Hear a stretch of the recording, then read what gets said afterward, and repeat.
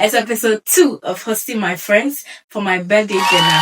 It's themed the Cool Chef's Culinary Affairs. My second guest is coming with the wife. Welcome.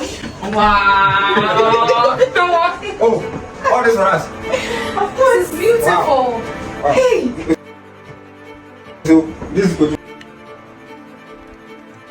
Keba, please come here.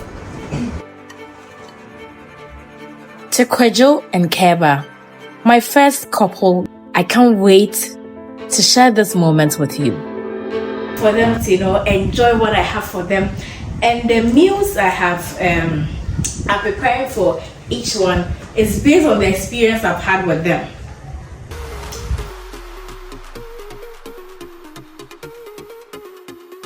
The honest review they made. It was a banger. I've tasted spring rolls, but this is different. It's very juicy. 2:57. They'll be coming at 6, so let's get ready.